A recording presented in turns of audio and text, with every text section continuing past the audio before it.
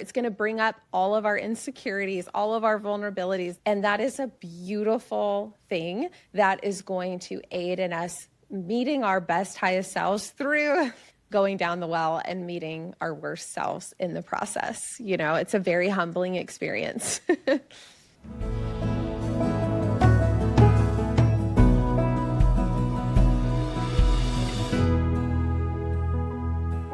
Hello, hello. I have been so excited for this conversation and guest since it was her podcast that truly shifted my mindset in such a strong way. It was while I was listening to one of her episodes that was an example of me hearing exactly what I needed to at exactly the right time. And without sounding like a total psychopath stalker, it was on this episode that our guest shared a quote that inspired this literal entire podcast. The one that I've shared multiple times already by my bestie Carl Jung. Life really does begin at 40. Up until then, you are just doing research. And I had never heard that quote before, and it was one of the biggest lightning bolt moments of my life. So let me tell you how excited I am that this guest agreed to come on the podcast and meet a slightly unhinged fangirl to continue the conversation that truly meant so much to me. Elle Rowley, welcome to the podcast. Oh my gosh, that was truly the nicest introduction I have ever received. Thank you. I could not be more excited to be here. I think your podcast is brilliant. I just love that quote, and I love the whole concept and movement behind what you're doing here. I think it's so important. So thank you for having me. Absolutely. Thrilled to have you. Elle, can you kind of give listeners a little brief bio? Tell us about yourself. Okay, so I grew up in Texas, moved to Utah. My parents divorced when I was a teenager and went to college at UVU and SUU in Utah. Got married at 21. I think that you got married young too, right? 20, yes. We episode? were, yes, child brides, barely. Yeah, no regrets, but definitely No young. regrets. It all worked out. Yes, I studied English literature and communications, and my husband Jared and I have been married, 19 years. And after I had my second baby, I started a baby carrier company called Solly Baby, and it's a wrap style baby carrier, and absolutely loved running that and having more babies. Had 2 more kids throughout that time, and ended up selling the majority shares of Solly Baby in 2021.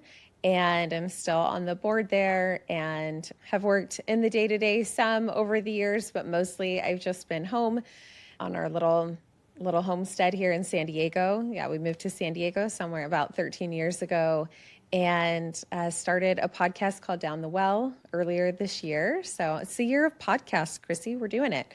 Absolutely. Kind of similarly inspired of... really inspired by this kind of midlife. I think it is a time where we're all more contemplative about like what we're doing, why we're here, how we want to spend the next chapter of our lives. And I think running Solly Baby, there's a lot of this kind of pent up energy and a lot that I wanted to say that was not appropriate for that platform in terms of like, we're a product-based business and supporting moms. And now I just want to support moms in a different way. So this has been really fun and really nerve-wracking and vulnerable, but excited about it most of the time. I know podcasting there is a vulnerability because I feel like in order to have a show that connects with other listeners, you can't just be on the sidelines and talk to people. You have to reveal about yourself. And there's often times where, I'll say a story or an anecdote or a memory and the things that it's like, oh, these are kind of hard things to share. But those are the things that resonate with people. Those are the experiences. And so I feel like opening up, and yes, maybe with Solly Baby, yes, that's not the most natural avenue to share all of your thoughts. So I love that you have joined the airwaves. I'm so excited because I feel like, okay, there are those Instagram accounts that you've followed for years. Like you don't even remember when you started following them. And, you feel like you've kind of gone along the mother journey. It was somebody, and I honestly feel like such a nerd because it's like, hello, longtime lurker, but it was Jamie Cook that she posted. This girl that I've never spoken to in my life, but started She's following great. In like 2010. She posted about this episode that you had done. And I was like, you know what? Let's give it a go. And I listened to it and I just loved it. It was like, when your soul is like, you're finally giving words to something that has been rumbling in you for a while.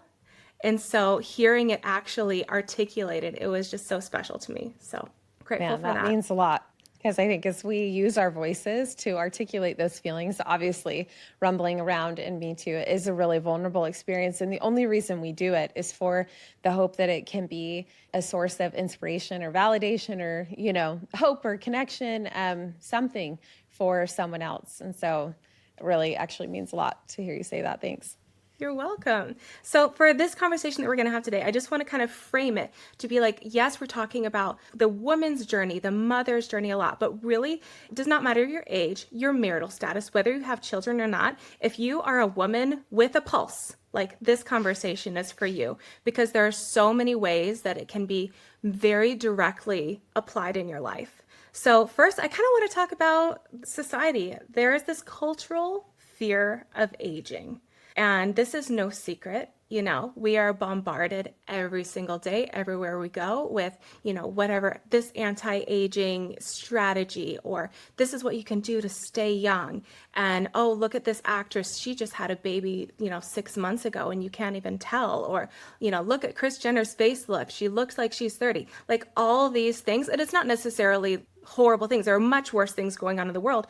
But really, it has created this cultural fear of aging equals bad, staying young, that is what you're wanting to do. But I just wanted to talk to you, like in your observations, how have you noticed this? California, it's a slightly different landscape than Tennessee where I live. But yeah, where do you notice how cultural, how it resists aging?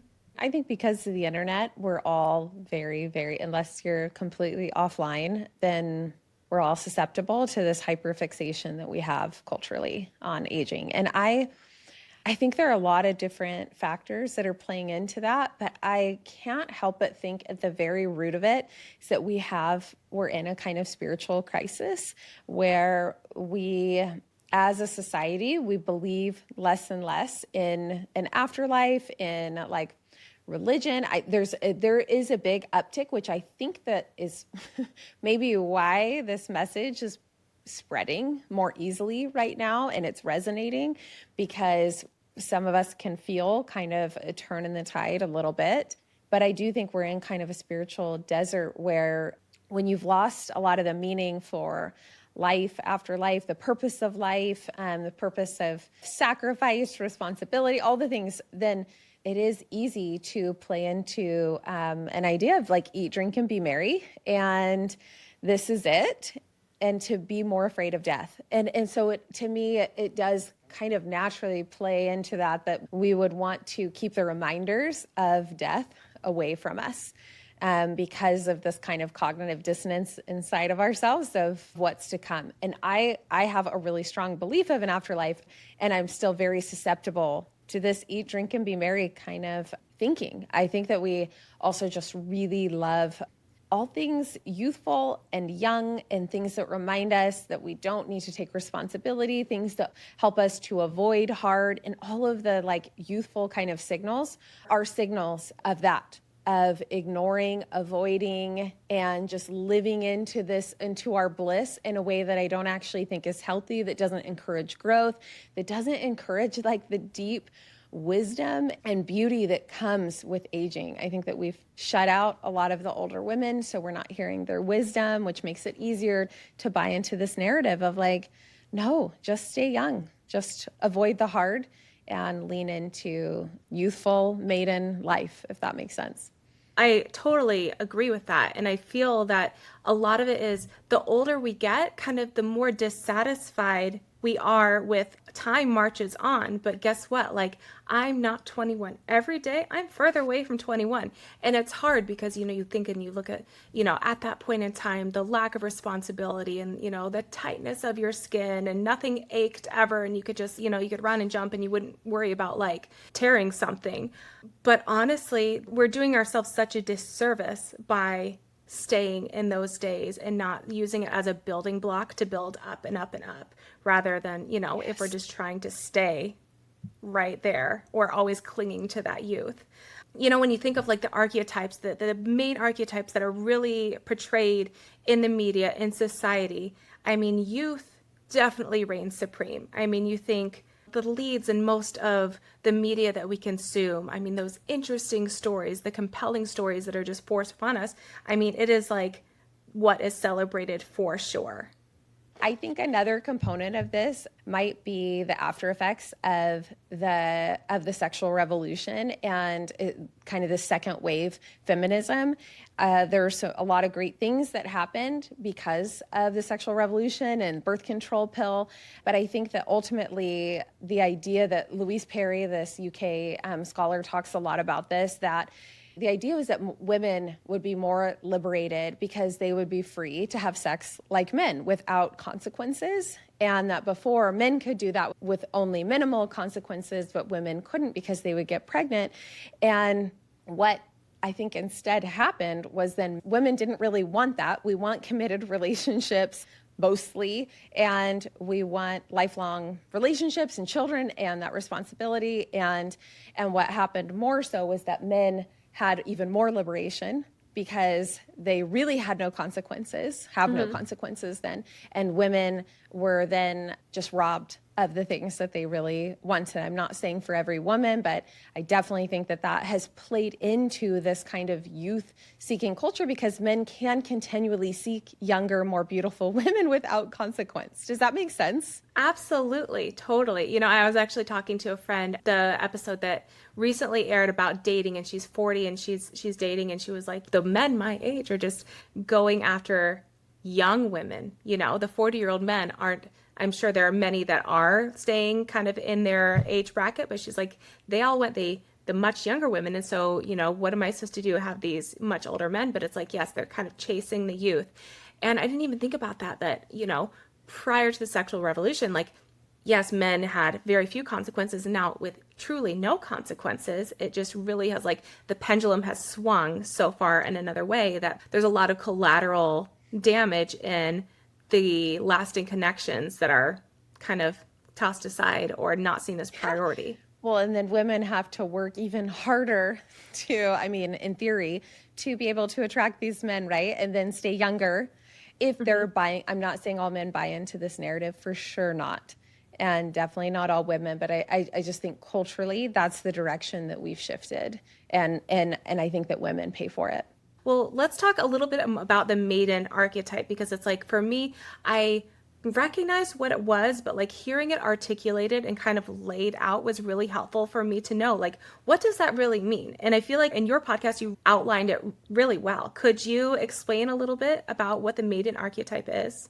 Yeah, I would love to. You know, there are a lot of different definitions for the maiden archetype. I've researched in a lot of different books and listened to a lot of different scholars on the subject, but this is kind of how I conceptualize the maiden archetype. She's really just that single woman, kind of think of like first period to the first baby or like midlife there, depending on if you have kids or not. This is like the time when we are just so full of possibility, adventure. The call to adventure is really, really clear in this phase of life. Like, you are going out, you are figuring out who you are, you're taking on life, you're discovering yourself. Everything is exciting. You need to be pretty naive in some ways to like just go out and try all the things. And it is a beautiful time of exploration. It's a really, really important phase. And it's so healthy to take parts of this maiden archetype into these other phases of life. I don't ever want to lose like an excitement for life or curiosity or adventure, this like idea of potential that continues to open up in life, but I don't want it to be my whole life, if that makes sense. So it's never that I want to like, you know, knock on the maiden. She's really important, but she's just not the whole path of the feminine journey or a woman's life. Well, I mean, it's like the building, you know, it's kind of like the steps that you know, go up and up. The maiden, it's like you can't cut that out, but it's like, okay, you use those lessons and then you move on to the next stage and you use those lessons and, you know, continue progressing. Continual transformation, right? Yeah. I mean, when I was looking into kind of examples of the maiden, I mean, I saw kind of like little subsections of what kind of the media has said. This is what a maiden is. And it's like, there's the innocent, pure Disney princess. There's like the adventurous, curious, you know, Katniss Everdeen from the Hunger Games. There's, the really hypersexualized, like you think of Britney Spears and like Christina Aguilera from the early 2000s. You think of the forever girl, which is kind of the girl who just doesn't want to let go of Maiden. It makes me think of like Regina George's mom. Like, I'm not a regular mom, I'm a cool mom. Right. Where it kind of metastasizes. Yeah. Yeah, yeah. And then we're starting to get kind of these like complex, empowered maidens a little bit. Like you think of, Jo March, this is nothing new, Little Women, but it's like, she's just restless and breaking norms. But like currently there's like the Wednesday Addams, which she's like witty and edgy and has a little bit of like spooky darkness to her. So it's like those are kind of the categories that we're sold. And while no actual real life human is 100% in any one of these categories, I feel like the media is really quick to put people in boxes or make people feel like they should go in this box.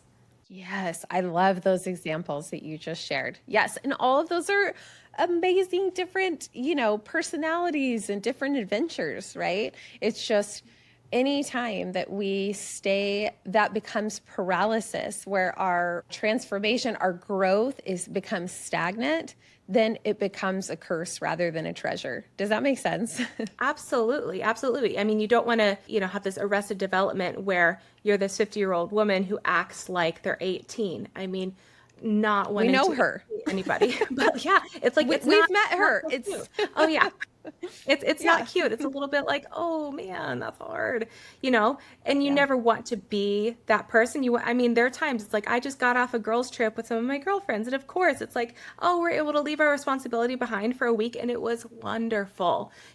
Was I out doing 18-year-old things? No, but like it's nice to kind of get your foot back into, this is how it felt for that freedom, but also, it's not like we're abandoning all responsibility.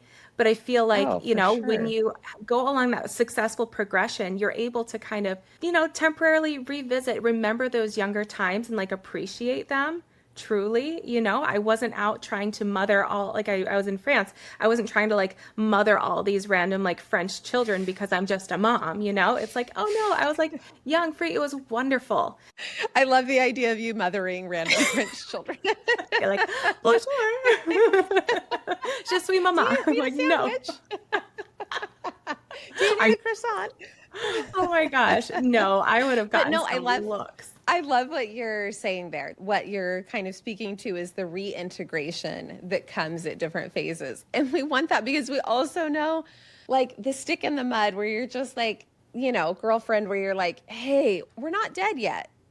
Yeah, let's reintegrate. We need that energy of the maiden. We need to reintegrate some of those qualities or a lot of those qualities, but in a way that fits this next phase of life and nurtures our growth rather than arresting it. Yeah, so it's fun and relatable, but not cringe. I'm not trying to be like, let's go to the clubs and, dress like I'm 18. There is an evolution in all the ways, like the things that I was interested, look back on the shows that I watched. And of course, what did I watch when I was 18? I'm thinking of like The Hills and Laguna Beach and all of that. And it's like, as a 40-year-old now, that is not relevant for me. And I'm also like, there's a lot of shows that, it'll be focused around high school life. And it's like, oh, it's fun for a little bit, but like, that's not truly what lights me up. I want to watch things about what my current stage of life is, which is the mother. And so, kind of diving into that next stage, once you finish out that maiden stage and you're kind of in the next stage of life, whether or not you have children, there is this kind of next shift. Tell me a little bit about this, because there are some really important themes of like creation, sacrifice. Like, can you tell a little bit about that? Yeah. So the mother is about creation, like you said, and finding, okay, so if the maiden is about unlimited potential, the mother is about limiting potential and saying, hey, I'm going to make some choices here. The reality is life is going to make some choices for you, whether you want them to or not. You can't just say, I'm not going to choose if I'm going to have kids, right? Eventually, that just won't be a choice anymore. You can't just keep that choice available to you forever. So life will make some of those choices, which is why the maiden gone on too long, it becomes kind of those curses, because those choices will be made for you in ways that you are probably not going to love, if that makes sense. But the mother is about intentionally saying, I'm going to sacrifice some of that unlimited potential, some of my freedom for creating something of lasting value. That's when we want more commitment, more depth. Often we want to have children, and you are exactly right. This mother archetype does not have to be lived out by bearing children. That is not going to be the path for everyone. I emphasize having children more because I think it is the natural path for most women. That is going to be the thing that brings about this kind of transformation in the most natural and fulfilling way. And all encompassing. All encompassing. It's just like you don't clock out. Right. It is just, you are in it. You are in it, and it is going to bring about some kind of growth. It's going to force growth in you, whether you want it to or not. And I think personally that it's a divine opportunity, and still it's not going to be for everyone, whether by choice or by opportunity. And I would never want to shame anyone for not having children, but I do want to help change the narrative around it, because there is so much potential for growth and coming into our own and increased confidence and nurturing powers and creation powers and confidence and compassion and just so many areas that we can get to know ourselves better. It's going to bring up all of our insecurities, all of our vulnerabilities. That committed relationship is going to do the same, right? And that is a beautiful thing that is going to aid in us meeting our best, highest selves through going down the well and meeting our worst selves in the process. It's a very humbling experience. Okay, so you mentioned going down the well. Can you give a little bit more context? So when you say going down the well, what are you referring to? So that's based in a Jungian analyst, speaking of Carl Jung, her work, Lisa Marchiano, in this book called Motherhood, Finding and Facing Yourself. I've had her on my show, and she bases this mother's hero's journey that she kind of sketches out that's rooted in Joseph Campbell's hero's journey that is a lot more common and many of us have heard of kind of like the archetypal story of the hero's journey of you get this call to adventure, you cross the threshold, you go into the unknown, and you come out, through all of these challenges and trials, your own kind of hero.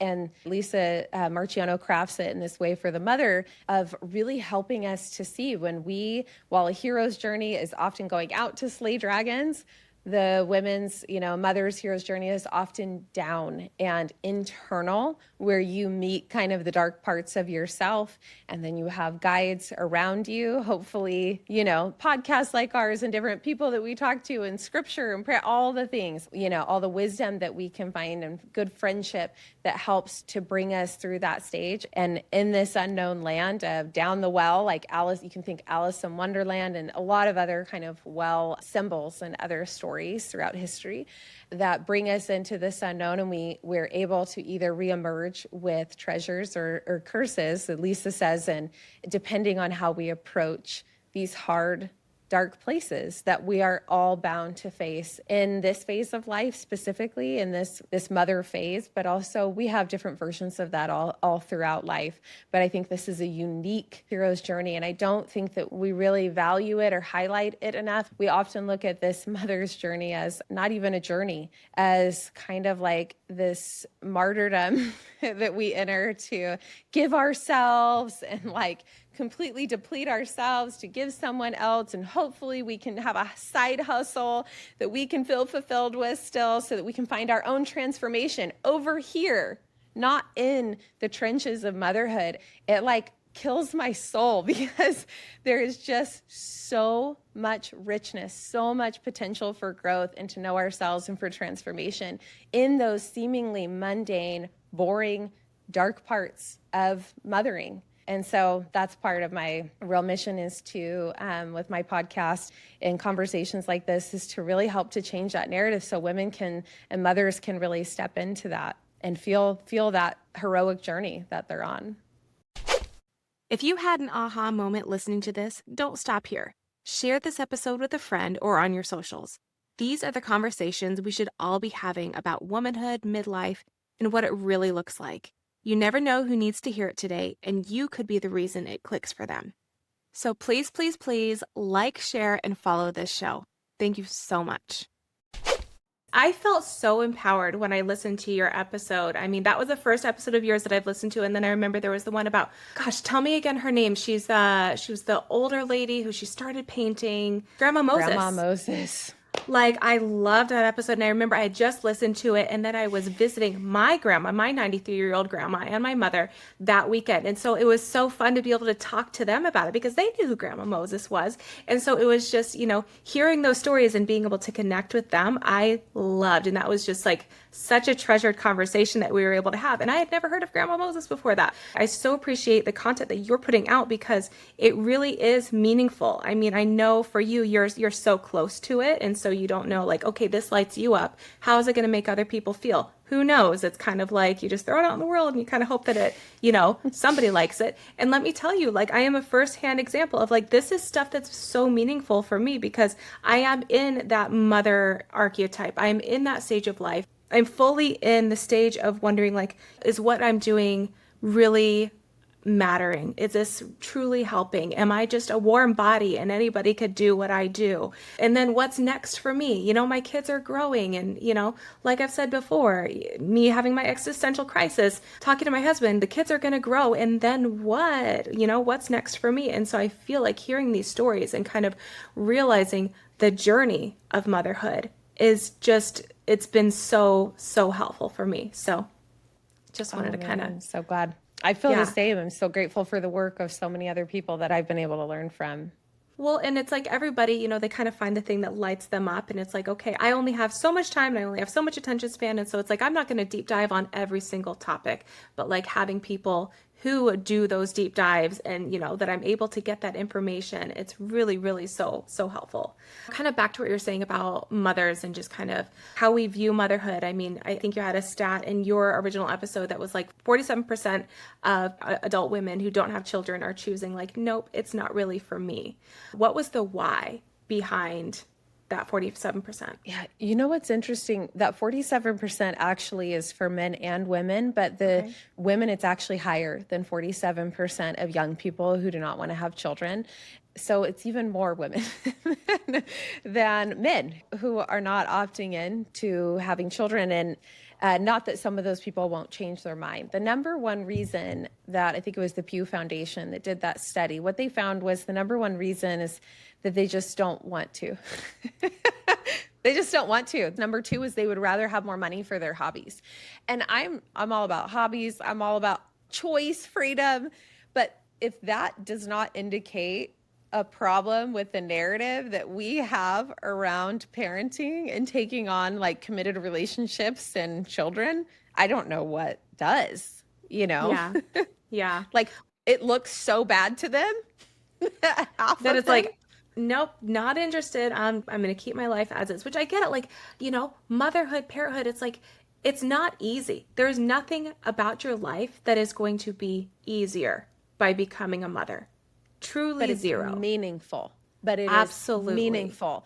And ironically, everyone talks about the meaning crisis that we're in. What is the point, And it's like, yeah, well, if you don't take on any responsibility, things aren't very meaningful. Lisa Marciano, I think it's like rooted in some like in the Greek word for sacrifice, that sacrifice means to make sacred. And it's like, yeah, you got to sacrifice some stuff to have anything sacred or meaningful in your life. And so I get it, man. 4 kids, it is so hard. It's the hardest thing I've ever done. And yet that's, I think, mostly what we hear is just how hard it is.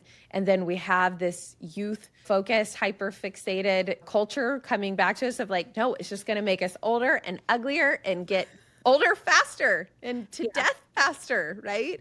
And not to live out my passions and all of this me-centered kind of narcissistic culture that we have. And it is making us miserable.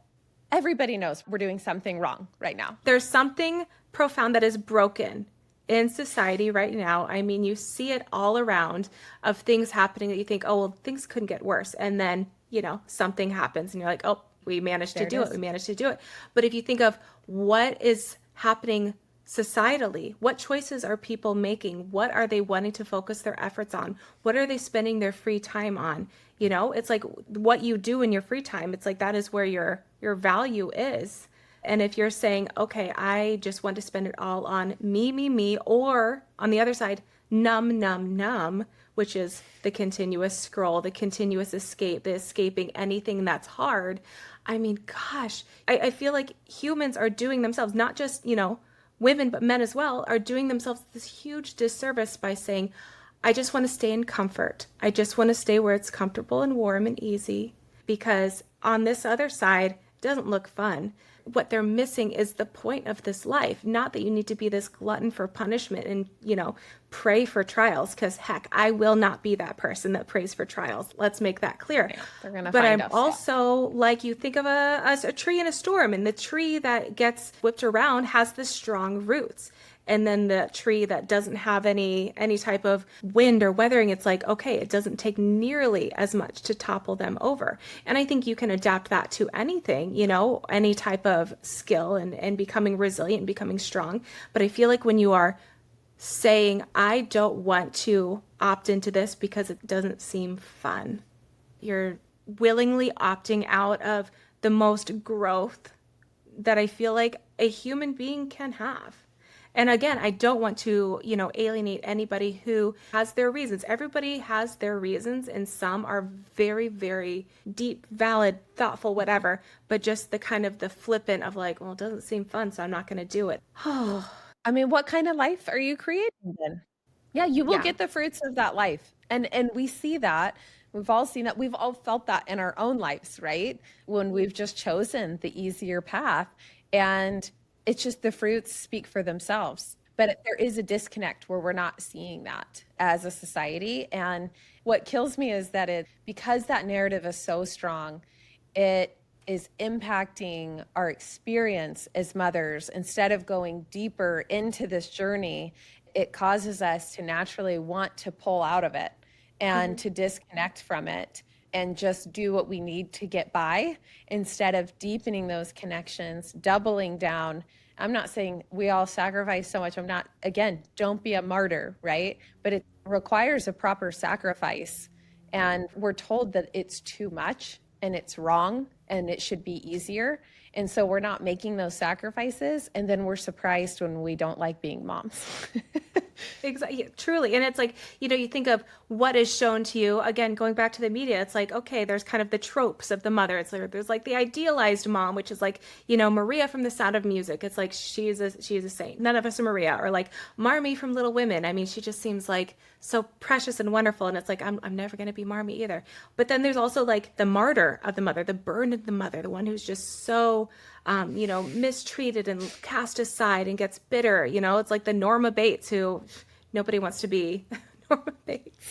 And then, it's like, I feel like we occasionally get these complex mothers that really, are not just the trope or the butt of the jokes or whatever. Like one mother that I actually really love is Winona Ryder's character, Joyce Byers from Stranger Things. I love her. Did you watch Stranger Things? Like, I feel like, okay, she's a complicated woman. There are a lot of things that she probably didn't quite do as well as she wanted to, but like just this fierce advocate, like she's messy, she's brave. I mean, I feel like that's something that is really relatable because it's like, okay, give me the messy moms. I don't need like the complete mess who is like, doing things that are dangerous or reckless, but like the ones that are really fierce and have dimension to them. Like that is what I'm really seeking after. And I feel like those are the mothers that are like revered on TV that you're like, oh, I want more of that. Give me more of that. I love that description because we can very, very easily in this discussion go to, okay, mother's hero's journey. Now I need to be the perfect mom. Like that is exactly, it's about going so deep that and being so real and raw in your motherhood that you are confronting those dark parts of yourself. It just will happen, right? And instead of shying away from those or hiding from those things when they come up, when that anger or resentment or rage or whatever comes up, instead of just pushing that beach ball under the water and saying, no, I'm the perfect mother. I'm on a mother's hero's journey, right? Like I'm going to come up with treasures. It's like the point is the messiness. It is saying, I am going to approach these dark parts of myself and find some way to accept them properly and to integrate them into my life in healthy ways, to validate myself, to love myself, and to approach those things with humility and curiosity and open-heartedness. and then trusting that that butterfly in the cocoon over and over and over is going to find that transformation, and you're going to know yourself better. And I, every time at the end of one of those transformations, and I wish it was so clear cut of like, and here I'm in this phase. It's like this part of my life, I'm in this phase. And Like you this get part this of little my badge mothering, and I'm you here. know, like, check, I made it. I did it. Here's the butterfly, right? It's just like, you're just going to fall. You're going to tumble right back down over and over again. But it is complicated, and it is messy, and it is sacred. Truly, it's the hardest thing, but it's also the most rewarding experience that I've ever had. And I'm so grateful for it.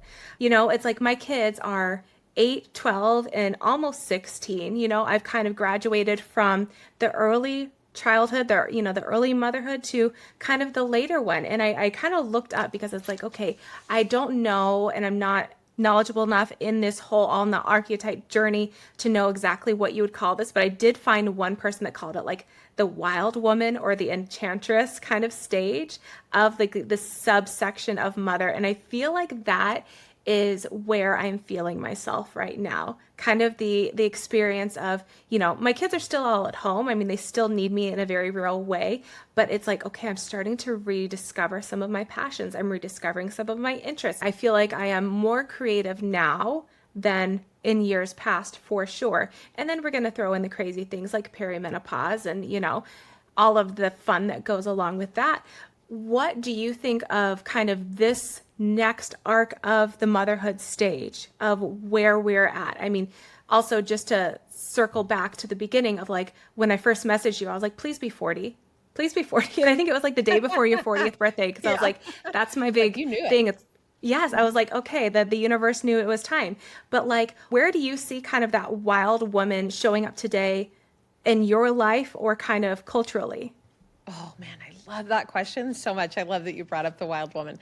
I mean, there are a lot of different ways that people have mapped out all of these different archetypes, and it can look a lot of different ways. You can go deep into like pagan kind of thinking as well on this. But I just grab what's useful and integrate it. And I think the wild woman is very useful in that it feels so natural that the wild woman is the forerunner to the matriarch, because that wild woman is saying, and I'm feeling this, I'm actually at the exact same point that you are. We have had very similar trajectories, like the 8 up to 16. I have 4 kids in there. Yeah. And I'm experiencing that same kind of like, oh, some of that maiden energy of like that freedom is coming back. It's coming And so back, now baby. how do I, right, like, do I want to go clubbing or something? No. Absolutely but not. I like no, thank you.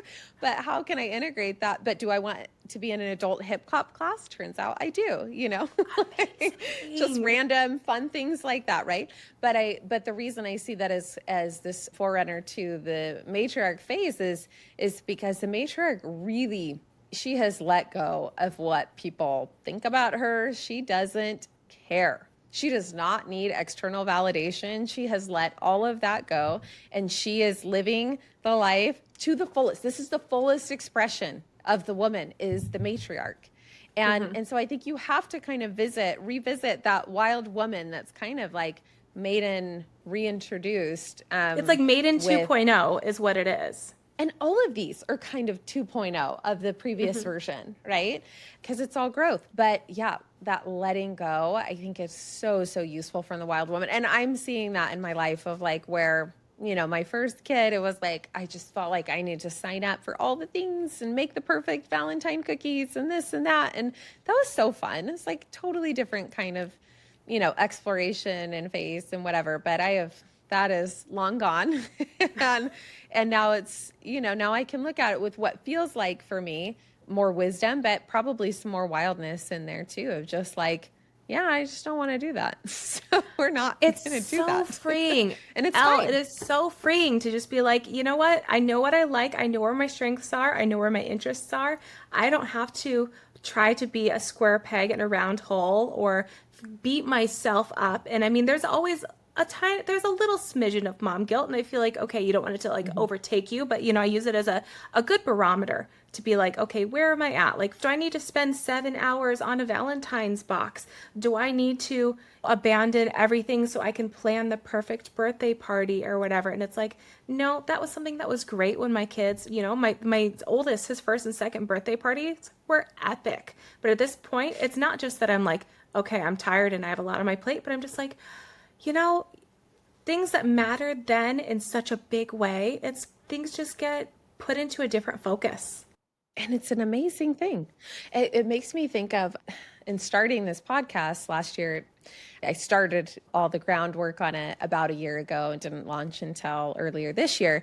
But I remember just so much fear coming up of like, wait, but like, what if I drop the ball on all these things with the kids and I've gotten used to not having a 9 to 5 and, I let go of all these responsibilities with Solly baby so I could be more present here. And so now what is this, is this just selfish and silly and whatever? And my husband was like, why do you think that it would be the best thing for the kids for you to not have anything, to not have a project, to not be pursuing this? He was like, and that kind of comes back to what you were saying earlier of like this kind of comfort crisis of thinking that ease and comfort is the best thing for all of us. And it's very easy to think that that's what we need to provide for our kids.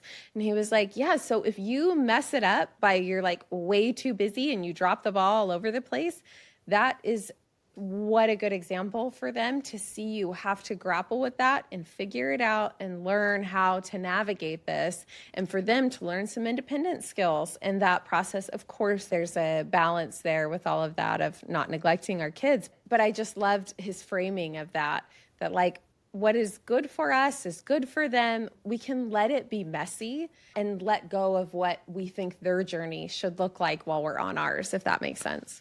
How enriching will their journey be if they have room to kind of figure it out, and if they have the opportunity to observe their mom maybe making little kind of controlled mistakes, or it helps them on their journey to realize that it's like, oh, adult doesn't mean you have it figured out. Adult doesn't mean perfection. Adult doesn't mean parents don't have to be sitting and waiting on me hand and foot and just waiting for me to need something. I think that really adds to them kind of having a well-rounded idea of what an adult looks like. Yes, I love that. And I love that your husband is supportive and that he recognizes this is a good thing. You don't need to just be afraid to kind of take the leap. Yeah, I'm so grateful for that as well. It's messy and it should be. And our path is, even though this is, kind of like these major kind of buckets or stopping points or this journey that's a little mapped out, it's so individualized. It's so unique. But having this framework, I think, can still be really helpful. Oh, truly. So interesting. And I've loved it. So let's go into the matriarch archetype. Like I loved learning about this because we have our society and our Western society that really does not prioritize or revere these matriarchs in the way that I feel like they absolutely deserve. There's kind of the point of like, oh, we see like, again, the media tropes of like, like the little soft grandma who's just soft and cute and cuddly. And then we've got like the crone, which is like, I know that in a lot of meanings, it's not necessarily bad, but when I hear the word crone, I just kind of like shudder a little bit. Right? Yeah. You think of like the scary witch, you think of Ursula, you think of like Snow White's, what is it? The Wicked Stepmother, or like Maleficent, it's like there's kind of the wise ruler as well, which for me, I feel like that is like, yes, like the Professor McGonagall, or like who was Violet from Downton Abbey, like these women who are wise and they're strong and they use their wisdom well and they share their wisdom, and they don't need to be the center of attention, but like everything that they say is truly worth it. And I love the idea of slowly easing toward matriarch and being that, for my family someday, and being that in my community. And I feel like going through all of these life's challenges and learning and growing as a person, like being able to be that matriarch someday, I'm so excited for it. I don't know how you feel about it, but I am like, bring it on. Me too. I mean, I think why maybe collectively we're not as much is because we don't have as many examples as maybe we used to. I don't know, of these of older women that we can really look to and say, I want to model my life after you. I can see the wisdom. I mean, hopefully we've all had a grandmother, as we've seen our own mother's age, a great aunt, different people in our community. But there are so many matriarchal communities around the world and throughout history where the not necessarily that they're actually a matriarchal society and that the women hold all the power, but in the sense that the women are seen as matriarchs and they do have their own power. And usually it's around the sharing of wisdom, of tradition, of culture, of moral expectations, of all kinds of just nurturing and on this broader scale. I think that's such a beautiful thing, and I don't see it very much now. And I think that that is sad because it makes it harder for us to envision that in our futures and easier to come back to this maiden phase of like, okay, the kids are gone. So now I have no reason to not be super hot and fit and look super young and come back to like, and let's just go and explore and adventure. And I think all of those things fit within the matriarch. But I love the idea that the matriarch is, again, this fullest expression of the woman, and she is now ready for her greatest impact as she's had all of this hard-earned wisdom and she's able to share that. And I love the Grandma Moses example, which is why I did that episode on her. And in this season, I do it on Ellen Montgomery, the author of Anne of Green Gables. Her life is a little more complicated, but still, like, everybody's life is complicated, first of all. But you see them come into this age where they are able to impact millions of people. Yeah. And whether that's just your own children and grandchildren and great grandchildren, or the people in your community, or millions of people like Grandma Moses or Ellen Montgomery, there's just so much more transformation to be had there. And now you have the time and hopefully the resources and all of that to really be able to do that. And yeah, it makes me excited too. But it has taken like intentional kind of vision casting and like finding these mentors and guides. I think we have to be more intentional because they don't just show up everywhere. I feel like, again, what you said, it has to be an intentional thing, and recognizing that like these people who are further down the life path, they have valuable wisdom, valuable stories, their experiences. I mean, like my mother-in-law, oh my gosh, I love her so much. And she has lived a life that she has had lots of twists and turns. And I love hearing her perspective on things because I feel like it's all the culmination of all your experiences. That is what really forms your perspective. And, hearing about her life, and, she still has so much more life left to live, but like just loving what she says. I read something about the grandmother hypothesis. Do you know much about, have you read anything No, about tell that? me. And it might just be lore on like Reddit, but it was like societies that really thrived thanks to grandmothers because they were essentially the living libraries. They had all the experience of how to survive, how to do everything. They were the ones that educated everybody. And it's like it was their experience that helped the society, and not necessarily, I mean, and the men were, they had their roles as well, but to really see that these living libraries of these grandmothers, that is what really helped everybody continue on. And by cutting them out or seeing them as maybe less crucial to this entire unit, it's doing everybody such a strong disservice. Oh, I love that idea of the living library. It's so true. My family and I went to a wedding in Arizona earlier this year, and my husband's great aunt was there, and she's like 92 or 93, and she's kind of wrapped up in blankets around, like in a chair outside as an outside reception. And we all just gathered around her, and she just shared stories. We just asked her question after question. It was just like that, this living library. We're like, what was it like when you got electricity? And she was like, immediately, she said the first time they turned on the lights at night, my mother saw all the cobwebs that we'd never noticed on the ceiling. And she just took a broom all over and was getting all the cobwebs out. It was just like, and that just lit my imagination up of a time that I have never even thought about, the first time that you'd have electricity in a house, that you'd have lights at night besides fire, right?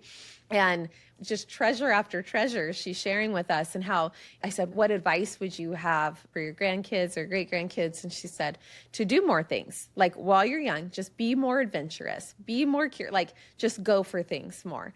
And I was like, that's not just like she read it on quotes.com or Or something. she like, oh, That's TikTok told her to say that. Like, absolutely. No, this is real right. life experience. And it's, women like that, where it's, again, Depth. like the stair steps of like going through the maiden and the mother and the matriarch. It's like, this is very well-rounded, curated wisdom. This is not just a thing that she heard on the street, which I feel like, again, people who choose not to have a challenging life, who intentionally always choose the life of ease, it's like they're not going to get to that perspective. Yeah, and I think that one last thing there is that I think essentially what we're saying in this throughout this whole conversation is like just really embodying and living into the phase that you're currently in. How can you embody and live into that more? And the matriarch, I love descriptions of the matriarch being like the most beautiful, the most embodied, the most magnetic, because she knows herself so well. And I don't think we have a ton of examples of that either, of like, what does beauty really look like lived in? And I mean, I love the wrinkles and the gray hair and all of that. But like, I don't know, to me, that's exciting to me, meeting myself at each of these phases and saying like, no, I'm not looking at a photo of 21, 25-year-old me. And like, who am I right now? What has this body been through? And how can I like honor this person of this phase that I'm in right now?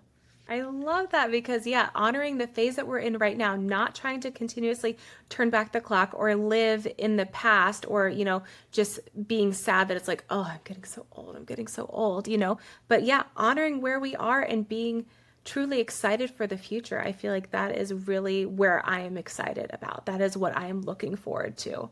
So I love, love, love that you have given this to the world, that you have put your thoughts out there. You've really put all of this really meaningful information out. I really do appreciate it so much. Thank you. Appreciate you having me. So I was wondering, before we finish up, if we could I do kind of a little quick rapid fire question at the end of every one of my episodes. I have 4 questions that I ask everybody. The first is, what is the first concert that you went to? Okay, first concert. I used to love going to concerts. Christina Aguilera. It's funny, second time she's been mentioned in this conversation. It was like kind of like a Warped Tour type thing, and she'd just come out with Genie in a bottle. Yeah, and she like stopped the music because someone was crowd surfing and it was like against the rules. And she was like, "Guys, please stop crowd surfing." I was like, she's so cute. She's tiny. Anyway, that's not rapid fire. Sorry. Oh no, that's fine. No, give the stories. What about your best concert? I went to Casey Musgraves last year and I absolutely loved it. It was just so creative and fun and kind of magical. I also love this artist, Sufjan Stevens, and he had an amazing concert I went to with my husband a few years ago too.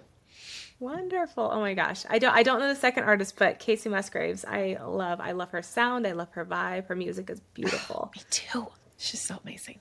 Who would you want to play you in a movie? The movie version of your life? Okay, she doesn't look anything like me, but I just love Lily James. I just love her. I don't even know how to describe it, but I don't even know why I'd want her to play me. It's just that I love her. No, she's darling. She's sweet. She just seems like curious and just, there's a kindness about her. So I think that is absolutely worthy choice. She can put on a wig. It's fine. Yeah, right? I'll go blonde.